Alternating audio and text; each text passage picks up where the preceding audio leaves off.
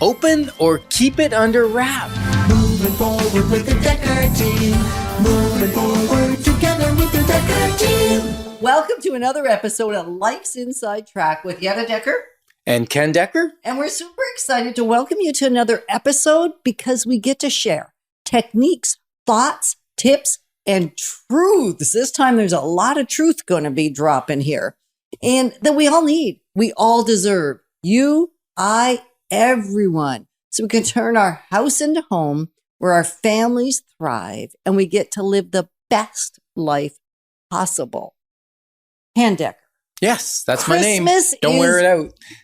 Christmas is long gone. Yes. So why would I still want to keep it under wrapped? Like I know there's one present left and I really want to open it. And why on earth would I keep it wrapped?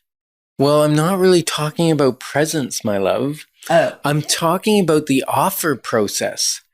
And should we keep it open bid or keep it sealed like it is now? It's under wrap. It's covered. No one can see each other's offers. That's sealed bids. Okay, so we're talking real estate, and we are so excited that what we're going to learn in this episode is really why open bids or the contrast of closed bids, why it is so controversial, why people are a lot bit up in arms around this thing. And we're going to let you decide for yourself what makes the most sense, because then you get to be part of the solution, telling our government what we will or won't accept. Yeah, kind of like that, but but it's going to change anyways, whether they want to or not. It's going. But the question is, gone. We operate under a sealed bid system right now. And in Trudeau's platform for the election, he said he wanted to outlaw sealed bids. Well, right now we're under law under the REBA 2002. REBA stands for Real Estate Business and Brokers Act. That's what we're governed under, right, in Ontario. And it says that we are not allowed to disclose any details about the offer except for the quantity of offers on a property. Right. We actually must disclose. Right. To another agent or to our consumer if we're working directly with the client. Precisely. So the one piece of information that must be disclosed and is disclosed under closed bid, and the only piece of information that legally can be disclosed is the number of offers. Right. And that gets confusing for the consumer, I think, not confusing necessarily for the realtor, because it's easy for somebody to ask, so what's the irrevocable? Like, how long do you have on all the other offers? What are the closing dates on the other offers? Seemingly insignificant or benign questions. But they're important. They are important. No. I believe that, but that's part of the process. You can't disclose that. No, but what you could disclose, which we kind of get around that as far as the irrevocable time, is we disclose when we're going to present. And how long we want to be able to present. Right? Yeah, so we tell how long the next offer, how long we want them to give us as an irrevocable. But the only thing we're disclosing is whether we have one offer, two offers, three offers, and we keep updating all the buyers, all the agents, right up to the time we present. They get to know how many offers they're competing. And many times people readjust their offer based on if they're just competing against one offer or they're competing against 20 offers. They might put a slightly different price in. Well, they often do, unless they've come in late in the game and they already know how many offers there are. But the first person to the party, I always celebrate the first person to the party. So in my world, the first person to the party is always the last person to the party. They get that last opportunity because they are disadvantaged not knowing how many. Although they've gotten updates, I will still give them the courtesy because, you know, it's your best friends that come first and your best friends that leave last. There's got to be an advantage. So we're in a very heated seller's market again this spring. Yeah.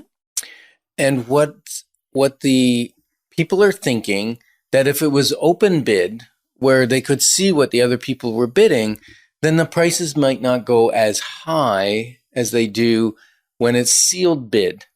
And truthfully, I believe the seller should be able to decide. Right now, the law says it has to be closed, but I think the seller should be allowed to decide whether they want to put it as an open bid system and they notify all the buyers it's going to be open bid, or they notify all the buyers it's going to be sealed bid. It should be the seller's choice. Right, not the government mandating it.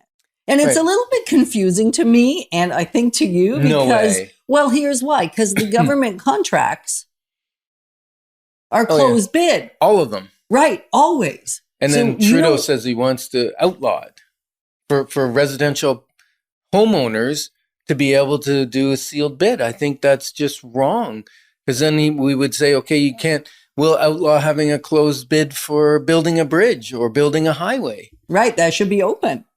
If Yeah, you're going to go open, let's go open. Let's unwrap the thing. yeah, exactly. So that's where the controversy lies, because it's only being targeted in one area. Now, the other reason it's a little bit controversial is because, as Ken said, he thinks it would be wise, and I would actually agree with him. So that's rather exciting. What are you agreeing to? That we both have the same perspective on this one. Oh, really? Okay. Yeah. Because if it is open bid, which is like an auction effect, Yes. and once you see what somebody else pays, you might pay more. Because some and people then- think it will actually reduce the prices, because sometimes people may go in a little higher than they needed to Right. get a property because they're tired of losing. Right. And they don't know how much more than the next guy or gal or family or couple, but they don't know how much more they're paying than the one next to them. Right. And then that price kind of sets the precedence for the next home that is similar is probably going to sell somewhere around that price or even a little bit more in a heated market. Right. Which we're in. And the biggest reason for the heated market is there's virtually no inventory Right. in certain markets. I mean, it does So- change, but So do you think that open bid will actually reduce prices, Yetta? I don't think so. And here's why I don't think so. And maybe you, like me, have been to an auction. I've been to many auctions. And there was one that has been built into my brain that will never go anywhere. Although it was several years ago now. And we are at an auction, one of those used furniture auctions. Ken got hooked on it at one point. Well, as a matter of fact, you said I couldn't go anymore because the problem was at an auction, it doesn't matter what the price goes to. If you have the ability to buy, you can keep outbidding people. Right. And I would. Yes, I you get would. excited and caught up in the moment and sometimes paid way too much for something when I Right. got it home and got a close look at it. Ooh, I overpaid for this. Like 3 times its worth or 10 times its worth. And if it was a charity auction, we decided, well, that was our charity contribution. All good, all fine, not a problem. Except when it wasn't a charity conversation and it was, we were actually paying more for the product. So the one that really has brought me to the reality that auctions often will get somebody going out of control. And that was, there was a desk there, loved it, wanted it. I was bidding. Ken and I were bidding. We were going against the person. There was one person left at the end and us, and kept going back and forth. And finally I went, it's beyond, it has surpassed what we had said, and Ken, stop it now. And he did, which was so good. Anyway, I decided I still wanted the desk. Well, I went shopping in the stores, found it for 25% less. And actually, it was probably 40% less by the time they paid the auction fees at a store, brand new, than a used one at an auction house. Imagine that. Right. So the point is it going to lower it? I don't think so. I think the seller having a choice would be the best option.